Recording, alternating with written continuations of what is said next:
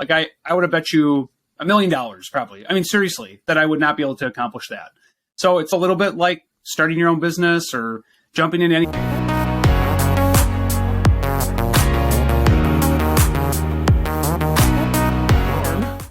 Welcome back to another episode of Life, Money, You. I'm so glad to have you here. First of all, did I tell you that I'm reading a book about anti-gravity? No. I cannot put it down. Nice. I think we're going to talk about books today, so that was perfect. We are going to talk about yes, books indeed, books indeed. Actually, this was your choice, dealer's choice today, and so obviously there are a lot of books out there about finance and money. There is a unlimited number of choices. In fact, there may be a book coming out by you in the near future about finances as well, which I am sure will be excellent. Can I just say one thing before the name of the book? I want to talk about audiobooks really quickly. I do enjoy reading, but it is hard to fit it in right now in this season of life. But I do listen to audiobooks and I listen to podcasts. And I always thought that I could somehow access it this way. And yet I look at how much time these audiobooks are. It was overwhelming. I'm thinking like, oh gosh, it's 9 hours, 13 hours, 24 hours. There's some that are really long. And I just never thought I'd really be able to do that, especially now that I work mostly from home and I don't have a drive or anything. So I don't know how I was going to fit it in. But as we got to talking, you had encouraged me to check out Audible because you use it on a regular basis. And I forgot the fact that you can speed up how fast you listen to it. And we got to talking about some books to review. And I thought the only way I was going to really realistically be able to check out this book was by doing it on Audible. Got a membership to the book. I think it was an 11-hour book. And no joke, when I started it, I thought this will take me till the end of the year. So this was like 2 weeks ago that I started the book. I thought we won't be doing this episode till January. I think I got this thing knocked out in about 7 days. It was unbelievable. I just listened to it on basically during all of the transitional time during the day, like lots of different spots there, but I couldn't believe how fast it went. It was amazing. So if you're out there listening to this, feel free to speed it up. But what speed did you listen to it? That's the question. Yeah, I think I did. I think I started at 2x and that was a little fast for me. So I think I went to 1.5. That's where I ended up. And that was a good balance. And I couldn't believe it. I think the first time I listened to it, I think I knocked out like 2.5 hours, and I guess it would have been about a hour and a half or hour, a little bit over an hour, but I think it somehow felt like less than that. And so it was just amazing to me that in a day I could listen to whatever that is, like a fifth of the book basically, or a sixth of the book. So that's why I did it in 7 days or something like that, because it was just so fast. So anyways. Yeah, you told me you thought it was going to take you longer. I didn't even download it. And then you were like, hey, I'm done. And I was like, oh my gosh, we're gonna get on this. So you did it in basically a week. I did it the following week. And I also wondered when I was going to have it. Now, I did schedule our time together, so I knew this was like a drop dead date. So the last few days I've been crushing this out. Like but 8x. You've been doing like 8x speed. I'm doing 2.1x. Now, I will tell you that most of my podcasts I listen to at 2x. And in finance, I've read a lot. So a lot of concepts are, well worn by various authors. This was not a heavy data book at all. There are lots of things where I listen to some of my economics podcasts and I slow those down to maybe 1.2 or 1.3 because they're walking through some math because you can't see it. And then you really have to visualize that. So I would say this is not like that. This is much more stories, concepts, and she spends a lot of time on those concepts. So yeah, 2.1x with that. Now that's not something I have every book. When I listen to a book, it takes me maybe a couple pages or whatever they read to dial in. It's a little too fast, but every narrator has a little bit different speed. And I think actually maybe this was narrated by the author herself. I think it was. Like Vicki Robin. So that was nice. But before we get to the book, it's called Life Hack, right? Isn't it amazing how much passing time you have where maybe you don't listen to anything? But honestly, I would put it, because I've got it up right here, I would just put it in my pocket, play it. And when I was walking out to get the mail or bringing in the garbage cans or running out to pick up dinner or dropping off mail. That's the only times I listen to it. I didn't have a scheduled time because I want to dedicate myself to work when I'm working. And so it's amazing how much few minutes here, 10 minutes here, and that's 20 minutes in the book, adds up. And again, it's just a great life hack, whether it's podcasts, books. Honestly, I am all for using audio podcasts, audio books, even YouTube videos, a lot of them don't have, say, visuals. They're just speaking. You can just play those, or you can have your phone running. You don't need to watch it.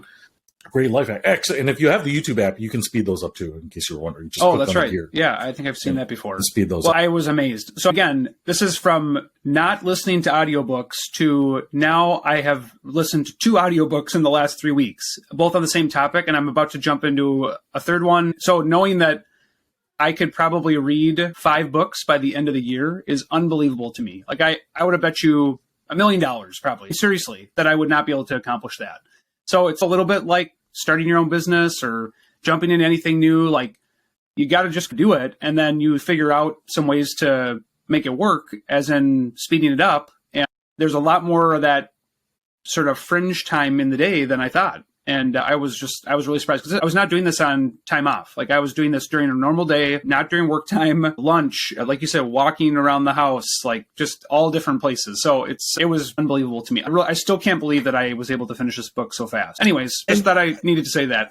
She talks about side hustles. You know that I've talked about side hustles for years because I'm big into them. And I think one of the big things is I don't have time for side hustle. And then even in the presentations I do about side hustles, I go into where Americans, I don't know where the rest of you, but where Americans spend their time.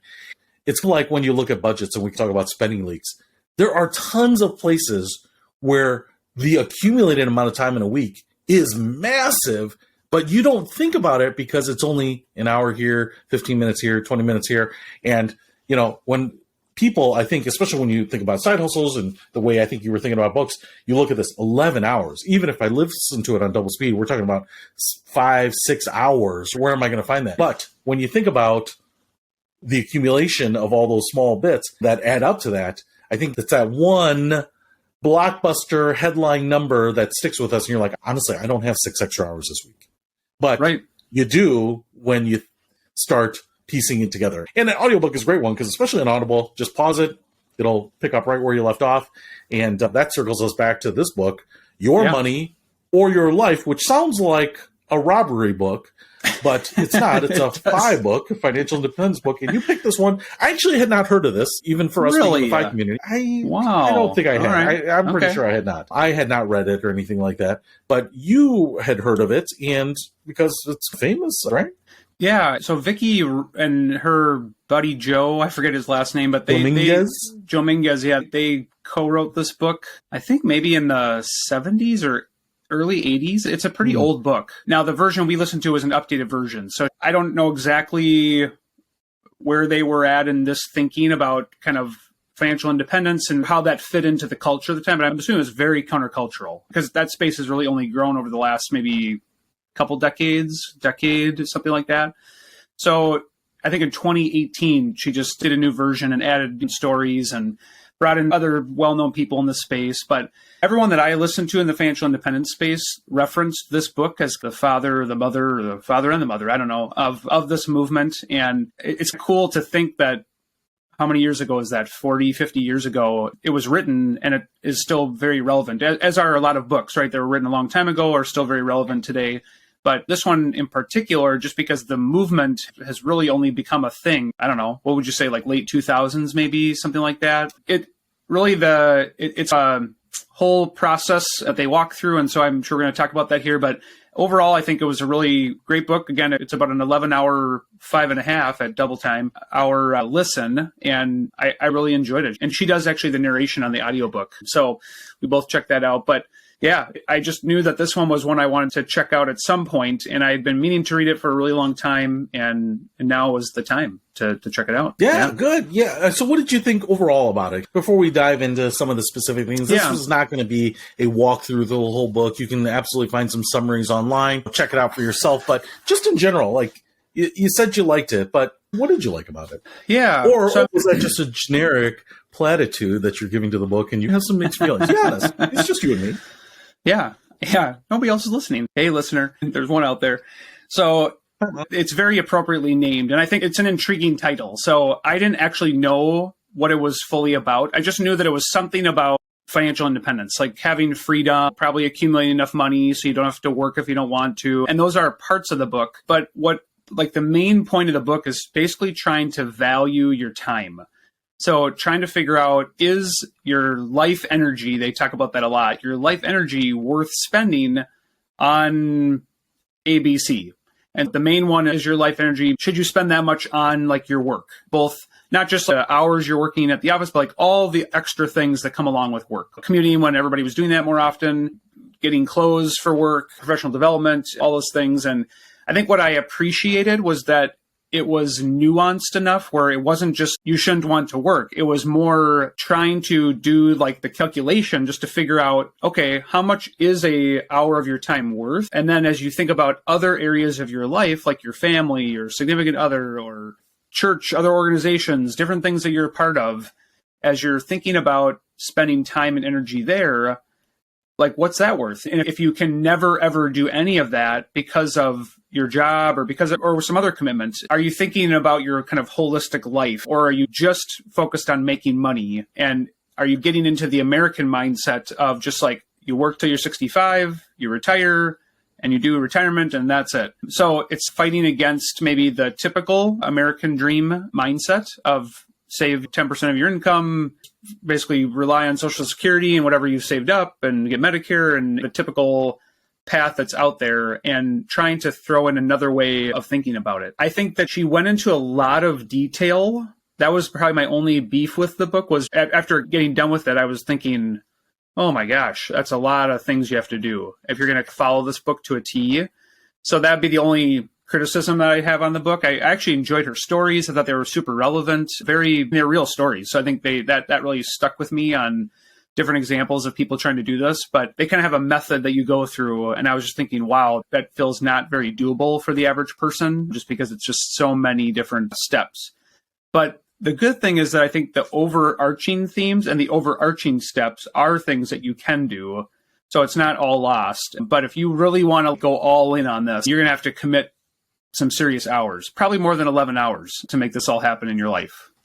Yeah, I agree with you. Generally, I thought it was pretty good. And for someone who's thinking about the FI aspect of life, which is financial independence, which is generally the crossover point where you have the assets, correct me if I'm wrong, but you have the assets, maybe they're capital, maybe they're income generating assets, whatever it is, that can support your lifestyle. Now, as you were saying, here in the States, a lot of this is thinking, oh, you would hit that at 65, and there's the FIRE movement, retire early, which is kind of the same thinking, but just trying to move the number, which is funny because sometimes that's very controversial. Oh, why would you ever retire early? Well, what is it about 65? What if it was 67? What if someone were like, well, I want it to be 64 and a half? You'd probably be like, well, that seems totally fine. Well, what if it's 62? You're like, well, what does it matter? Like, what if it's 43 or 31, So it's just kind of arbitrary, but it's funny because we're all trying to get there. It's almost like if someone is thinking about it ahead of the consensus schedule, it's like they're the black sheep. So I don't get that. So I like this because I think it's a pretty good primer into financial independence. Obviously, we dived a little deeper into some stuff here, like the retire early and things like that. But for people who are thinking, what is FI all about? What is the financial independence movement about? Obviously, if this is like one of the founding books, I didn't realize it might be that old. It definitely seemed a little bit more modern to me because there's a lot of talk of ETFs and SRI, socially responsible investing and things like that, which are more recent, but it makes a lot of sense, especially if you think back even 20, 30 years ago, that thinking about this crossover and thinking about it early. A lot of people, we call them pre-retirees, people in their 50s that are actively thinking about retirement. Why not be thinking about that in your 20s or your 30s? So I like that. I think that is a good way, and it's not an overly complex book. It's not super mathy or anything like that. Yeah. But I did have a few criticisms. Getting into some of the specifics. The first one, I think we're maybe talking about a similar thing here, is that she talks about calculating your entire lifetime earnings as a project. Yes. And she gives you some methods to do that. But I'll be honest, I did not do that. And in fact, as she's going through all of this, I'm curious to what extent you went to this, but she talks about you can go to the Social Security Administration, look up old pay stubs. What did you get in gifts? If I were to do this, like if I were using a workshop or something like that and had people, I feel like there's two things that she's trying to do. She really wants you to get invested, put in the time, show that you're putting some skin in the game, blood, sweat, and tears into this. But on the other hand, what I think you could do is just take a few minutes and say, hey, what every year I worked, let's say it's 2001, 2002, and so on. And what was my salary? I don't know, $43,000, $41,000. Just ballpark it if you can't remember. Like, what was there extra income? For most people, their earned income is their only money. Oh, I got married this year. If you want to do that calculation, or if you want to just do it individually, but you could probably just ballpark it, come up with a pretty good number at the end, and that is probably good enough. This save to earned calculation she has. But she obviously gives you and even suggests going quite a bit deeper than that. Can you tell me like what you did and how you were thinking about that? Because I think we're referencing something similar here. She does want to get you invested. That's for sure. Nice pun. I actually did do this. I did do the calculation. I went to the Social Security Administration, the website. I've got the logins for my wife and I, so I was able to get in there. It was fun, actually, to look it up and just refer back to earlier life when we were both working and we had no kids. So dinks, as we called ourselves, and just thinking, wow, so much has changed. My wife is not currently working outside of the home, but she's definitely working inside the home. It just has changed a lot over time. So you're now six. Is that what it is? Six.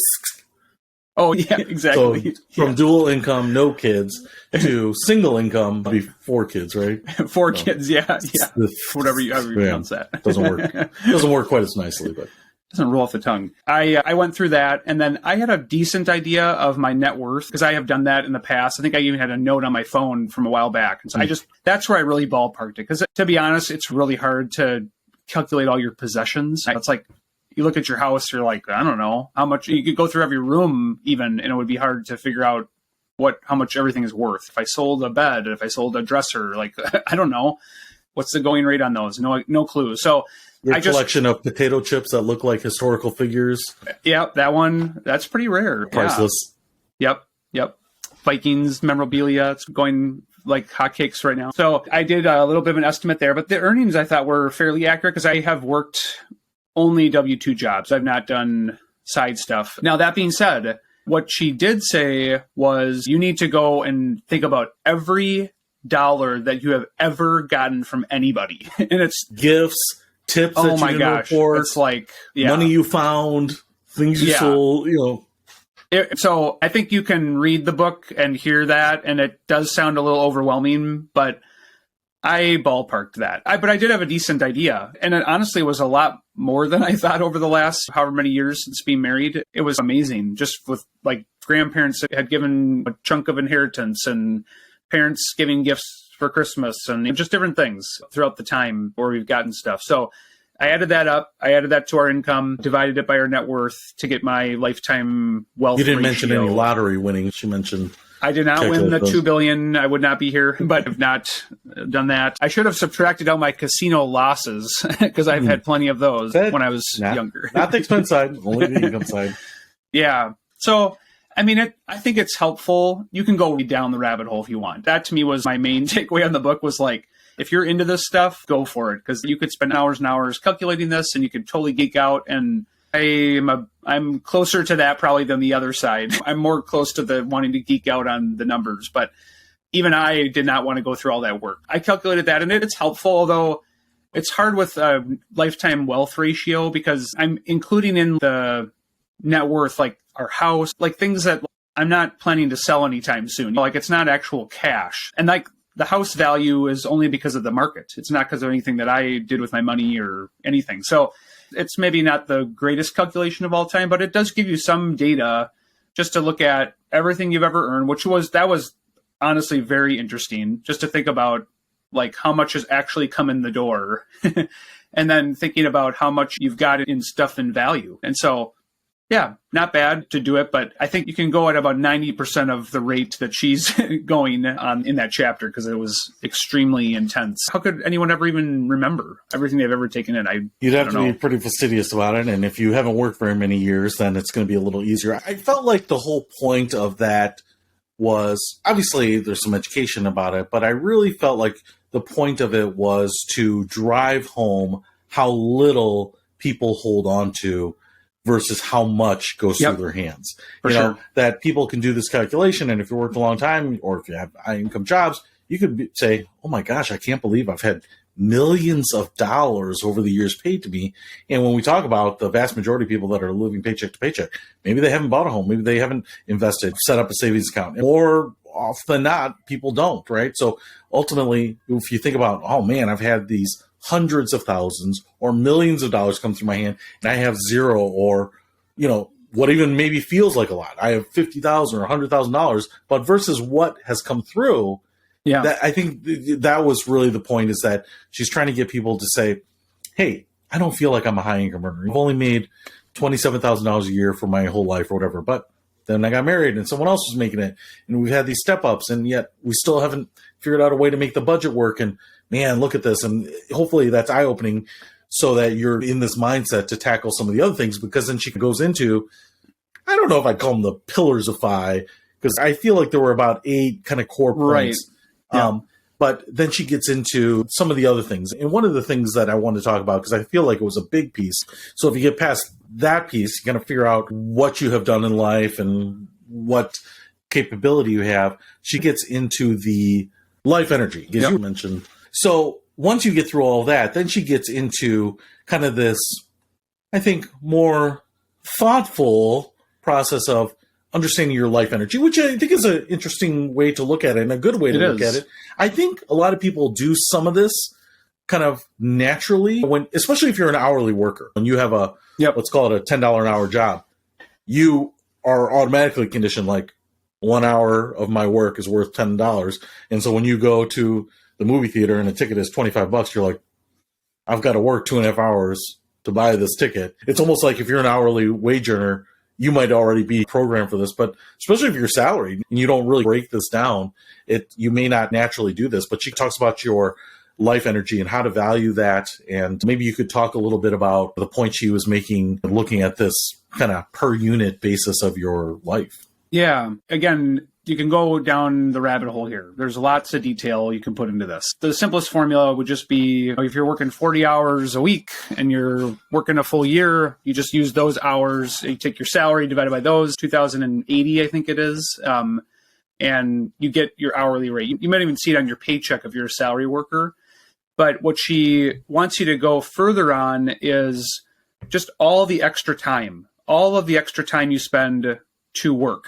So if you drive 2 hours a day to get to your job, 1 hour there, 1 hour back, that's going into that focus. So that's 2 more hours every single day, 10 more hours every single week, 520 more hours every single year. And she also wants you to think about other time you spend to go to professional development, happy hours, other corporate types of things. And so that all adds up to total hours spent, and then basically ending up with a hourly rate of your life energy. That you're right. If you're an hourly worker, that's a bit more ingrained, but as a salary worker, it becomes a little bit more cumbersome to figure it out. So I think there's value in doing this just so that you have some sort of a metric per hour of work, probably a little bit more, I think, on the spending side, like you said. Like, if it's helpful to know if I'm going to buy something, like to think about it in terms of hours of life energy, as she talks about. I mean, she uses like a negative connotation throughout the whole book. Like, it's sucking away my life energy. And that's not how everybody thinks about work, but it is a reality factor that if you need to spend that many hours or even more hours than another person to get the same ROI, then you just have to realize that that's going to hinder you from having time to spend on other things in your life. And for some people, maybe work is their main focus. So that's okay, because they're okay with spending tons of hours because they love it. That's where they have their friends and family maybe and all their community, and other people want to minimize that because they want to spend as much time as possible doing other things with other people. And so that's where she's starting to move in that direction in this chapter. And I've done that before. Like, I've calculated the hourly rate. I've factored in some of the other pieces. And I think it's helpful. I think it can be a good gauge too, if you're trying to figure out if there are things that you want to pay for that like you could do yourself. There's some math to that. Let's just say like mowing the lawn is a good example. I have chosen to pay to have somebody mow our lawn before. I can do it too. I don't think it's a perfect formula to use my hourly rate to justify that, because it's not like I'm going to go and work an hour on Saturday to pay that.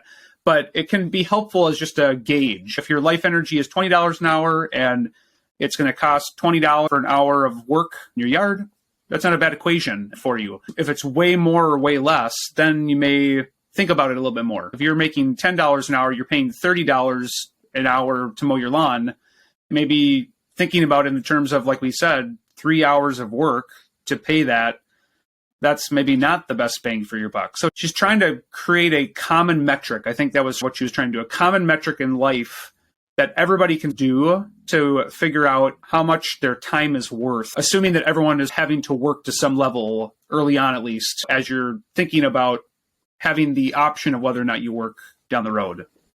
Yeah, no, I agree with you. And I think one of the things that you could throw in the mix that might complicate it more is if you're lucky enough, like us, to have a job that we enjoy, that we would maybe do for free, or I am at least, but good to know. Then it's not, hey, I am trading off happiness for money. I'm doing something, and that can be a little bit more confused in a good way. Even kind of like mowing the lawn. For me, I have recently outsourced mowing the lawn, but it's really because I have more things on my plate and I have less time. But I actually enjoyed it. For me, I have a riding lawnmower, and as you were talking about, that was kind of my time. It wasn't heavy lifting because I'm on the rider, to have my Bluetooth headphones on, listening to podcasts, listening to audiobooks, and on 2x speed, you can crush through it. It would take me a few hours to mow my lawn, and it just was some time where you can get through 6 hours of podcasts, and some of those podcasts we've discussed, we'll probably discuss some more, but I really enjoy them because that's a time for me to invest in myself in some ways, to get some new ideas, try some new things,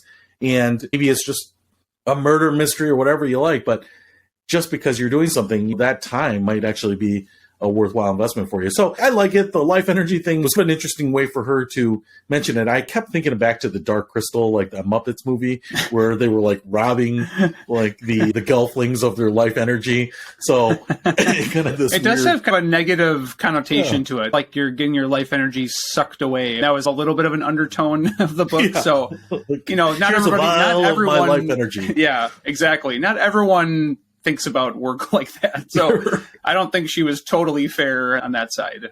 But you have to come up with some sort of metric, and maybe if she did it, that made sense. But I get what she's talking about. And I almost think our salaried people at a disadvantage because we don't even think about like the exchange of our time for the money. It's almost like a program that I get money on this regular basis, and it's the same regardless of how hard I work or how long I work or whatever it might be.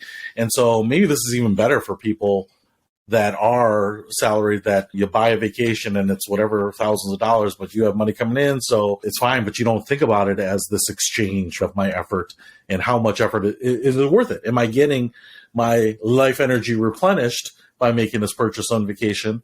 Or as she talks about, like the Gazingas pins. Yes, that's right. I may not be mentioning that right. No, that's right. That's right.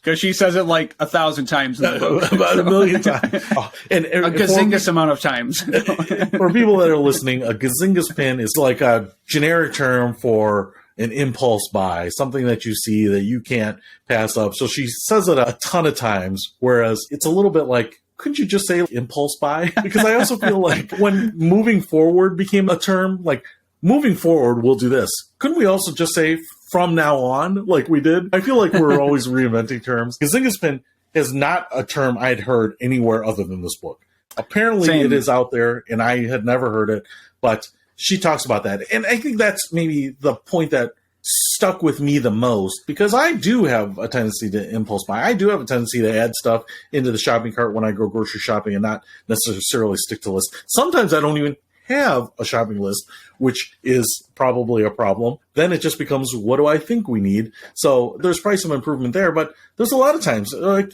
go to the theater and you're like, I do want a hot dog, or I do want to share nachos. And I think part of this is just being aware, if we do some of these things, and saying, do those nachos add anything to my life energy? Is it worth the life energy that I trade for them? And for some people who might be more fortunate financially, great. But for some of us who, especially, I know you've worked a lot with people with their budgets, and a lot of times we talk about spending leaks, right? Where did all this money go? Yep. We can't account for it. I think it's the Gazingas pins. And so I did like that. That is something that resonated with me because I have this tendency to do this. One thing I was just going to add there, because it is kind of hard to do this calculation, but one example, right? Let's just say you have $0 right now. You have nothing saved. You have no money coming in, okay? and you have a credit card. Have you been looking at my checkbook, Bjorn? I'm sorry. I'll get out of there. So you go into some store, that Gazingas pin, and you buy it along with the other stuff. And so now let's just say it was $100. And we were at Target last night and we went in for milk and cream. Okay. I think that costs about $5. We walked out having paid $60. So we found some Gazingas pins too last night. We love you, Target. And let's just say you were going to spend $50, you spend $100. I think the key is that $50, right? How much work is that going to take to recuperate that? Most people, they're not thinking in these terms of, I have zero, I just spent, and now I've got to recoup that. Because fortunately, you might have a little bit of money in your checking account or whatever. But if you think about it like that, makes it more real, because then it's like, I got to make up $50 extra. And if I'm making $10 an hour or $20, whatever, let's say you're making $20 an hour, that's 2.5 hours of work for just that impulse purchase. Was it really worth it? Some people might go, no, not in those terms, because that's 2.5 hours of work. It took me 2 minutes to buy that stuff. So just thinking about it like that, I think can maybe help make it a bit more real versus just this kind of nebulous thing. And that's maybe one thing she tried to do in the book, but it's hard unless you give it an example like that. And you make a good point, because, when I started working hourly, and I made $4.25 an hour, I think I was above minimum wage. But it was funny because at that time, I would have to think about these things. If I'm going to buy this, or if we're going to go out to dinner with my friends, or I'm going to go on this spring break trip, how many hours am I going to have to work? And sometimes that's overwhelming, because you're thinking about like how slowly income comes in, especially when you're making it, that specifically, trading that time for that money. And I bring this up because I kind of want to skip ahead a little bit, because she goes down this path of traditional personal finance where we talk about cutting the expenses. So I want to fast track past that a little bit, because I think that's pretty common in personal finance, that when we talk about people right-sizing their budget, getting their finances in order, we talk about cutting down the expenses. But she does have a fairly robust section on valuing your life energy by increasing your income. And I wanted to talk about that because that's something that, for any number of reasons, we stay away from. Sometimes people don't want to talk about that because you don't want to have someone working 2 jobs, or you don't want to have your employees working an additional job. Sometimes, as we talked about at the beginning, I don't have money, I've got family, I don't want to rob them of my attention or whatever it is. But she talks about in a lot of different ways, from earning to investments and just a lot of other things. Yeah. And I kind of wanted to get your thoughts on what she was talking about and increasing your income side of things.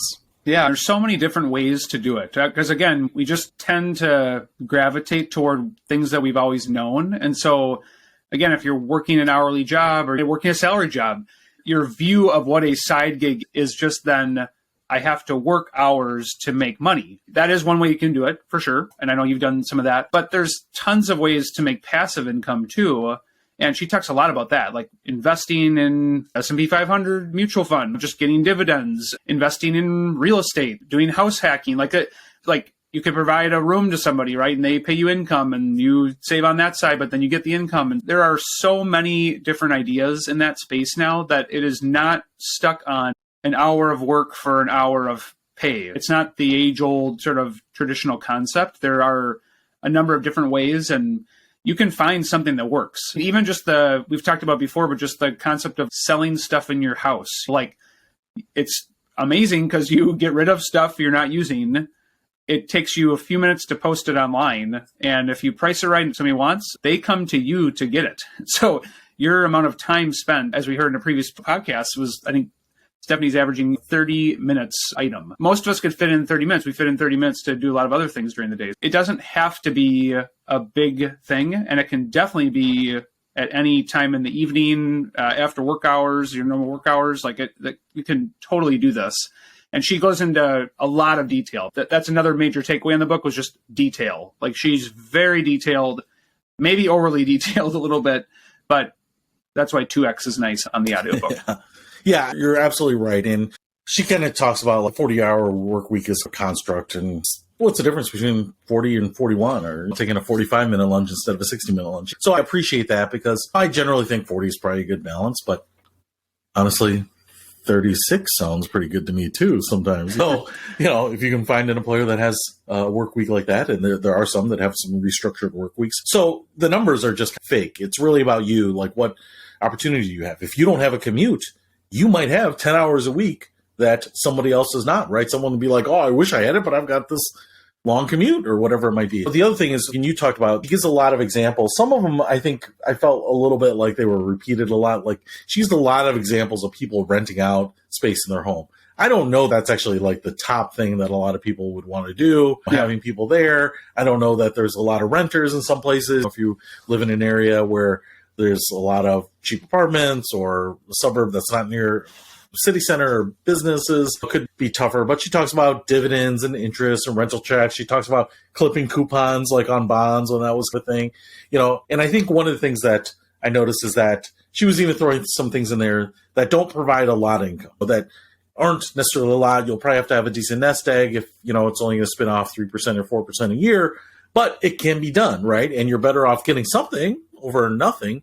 And obviously, if you can get passive income, that usually trumps, say, having active income. But if you can find a balance in there, expand your income side of the equation, raise that savings rate, suddenly that crossover point that we're talking about, that point where you can retire because your assets now satisfy your needs.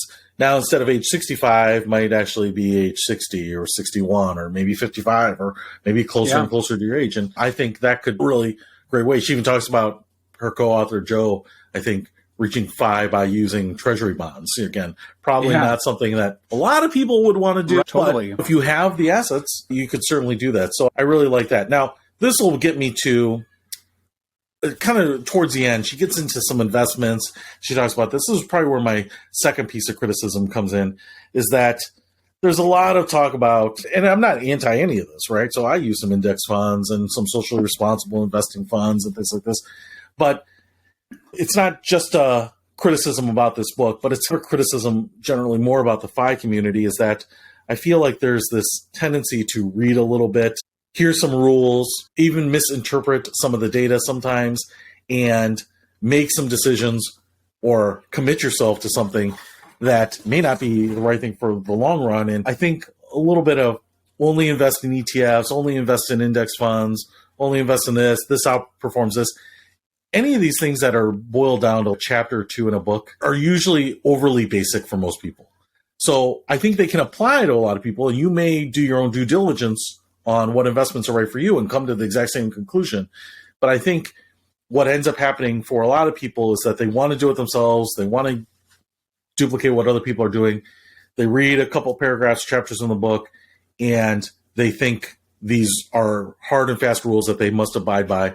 And I would just say, yes, you might want to use an index fund. I have used some in the past. I also use some active managed funds. I use some high expense funds. I use some very low expense or no expense funds. I buy some individual stocks. She kind of says to stay away from that. So I've done a lot of different things, in bonds. I've done some wacky things where I've wrapped munis and wrappers that you probably wouldn't do, but they made sense at the time. There are a lot of different products that she doesn't talk about, annuities and insurance products and things like this, that a lot of people use to achieve certain financial goals. And so I don't want to diminish those, because even if you just only read books that are specific about investing, usually that doesn't give you all of the information you need. And the space, I think, also innovates fairly quickly too. So while I get that she's saying that it doesn't have to be complex, doesn't have to be expensive, you can get started. I appreciate that. But I probably, in my opinion, I wouldn't necessarily start making your investment decisions based on the couple chapters at the end, where she even suggests maybe some funds that you could use, and certainly seek out the advice of a professional so that you can make the best decision, or just get started with something like this, but keep an open mind and keep exploring. Yeah, like I think with our financial lives as a whole, sometimes it can be, like you said, overly simplified, where it is almost like the antithesis, I'm not sure if that's the right term, but of the kind of all or nothing, but in the reverse way. So like healthy way, all or nothing. Like you think, oh, the FI movement says only invest in this type of fund, all of it, 100%, and you're going to be fine. Because it's super diversified, like it doesn't matter, you're going to have it like that. It'll just keep it really simple. In the same vein, your financial life as a whole doesn't have to be all or nothing. Most of us are saving for probably 3 to 10 different financial goals, and all at the same time. And so we need to be willing to be putting some here, some there, some over here, some over there. And that is just good diversification anyways. So there are a lot of examples of where you're going to have to be doing multiple things at the same time. And buying a home is a perfect example, right? If the smartest way to buy a home, this could be argued, I guess, but the smartest way would be don't take out a mortgage, go and pay in cash. Most people cannot do that for 30, 40, 50 years. So would you say it's smart to wait 50 years and then save up enough money and then buy a house? Or is it okay to get a mortgage, put money in savings, have that invested, get your full employer match? Like, there's just all these different trade-offs.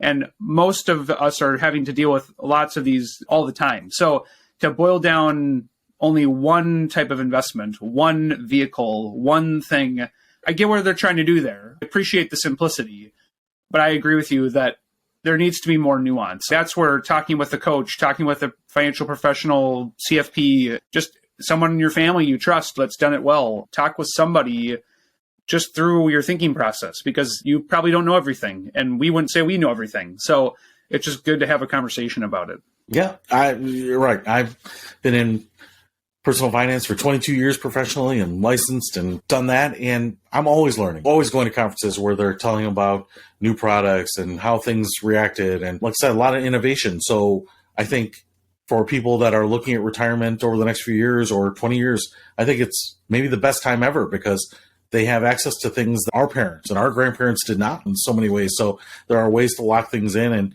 just a lot of options. And I'm not saying that you do all your research and you don't come back to exactly the same place.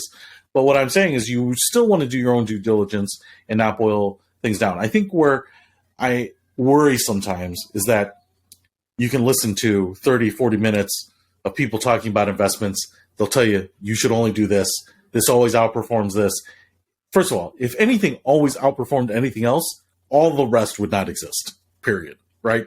Exactly. It doesn't work like that. There's always some nuance. And socially responsible investing, I do some of that. And a lot of people are like, oh, they always outperform the non-socially responsible investing. That's not true. Sometimes they will. In some categories they will. Some indexes, totally. Some funds. But they're different. They invest in different things. So there's always a lot of nuance. I find generalizations in investments can be fine as a starting point. As soon as you peel back the onion, they get very complex. And as I was saying, what I worry about sometimes is that many times there'll be a 30-minute podcast on investments. Here are the rules. But then there will be a 2-hour podcast on how to hack credit cards for the best reward points, right? What is probably more complex, the investment world or the credit card reward points world, right? And so sometimes we happily go down the rabbit hole on some of these things where there's maybe some limited value, and we don't spend the time on some of the things that might be totally consequential or foundational to do we actually ever retire? Totally. And it's not a criticism specifically of this book. She wants to keep it digestible and small. And I think as a primer, as a place to start, if you're thinking about kind of getting into the financial independence side of things, that's a great place to start. I didn't realize it had this long history. And I think the preface was written by Mr. Money Mustache, who obviously is a big name in the FI movement itself. So I like the fact that it's good food for thought with some of the introduction to the principles, and I think we'll probably continue to go down the rabbit hole. Now with your Audible account, maybe read some more books and share those too. So I like it. You've gone on to another book already, right? Yeah, I have another one in the financial independence movement, so maybe we can... Yeah. What I like about this too is that earlier you were talking about, 50-year-olds retiring or having the option to. First of all, what I like about the financial independence movement is that it's not just assuming that everyone is just retiring early. It's just a choice. It's okay, now I have freedom. I could do a different kind of job. I can take time off. I don't have to keep the same level of everything. I can change. I have more flexibility. Imagine the freedom that you'd feel if you were at that point. But when I hear that, or initially when I heard like a 50-year-old, let's just say retiring, I'm just thinking, oh, that's only for the wealthy people. That's just for people making upper six figures. Like they just have tons of extra. They're saving it. That's why they're 50-year-old and retiring. This whole movement really just debunks that altogether, because really it's just the difference between how much comes in and how much goes out. And you have control over both of those levers more than you ever have probably in the history of the world. And it can be done on a much smaller budget. And in fact, many of the examples they share are people that are living on like $7,000 a year. $12,000 a year, $24,000 a year. We're not talking I would say low end of middle income for people in terms of spending. They're trying to create that gap, and they're investing, saving, putting tons and tons of money aside, and they're not following that age old thing I said at the beginning of the 10 to 15 to 20%, whatever. There's lots of different math out there. They're trying to do 50%, 80%, putting that aside and speeding up that equation, because essentially it does come down to a math formula, and that's all it really is.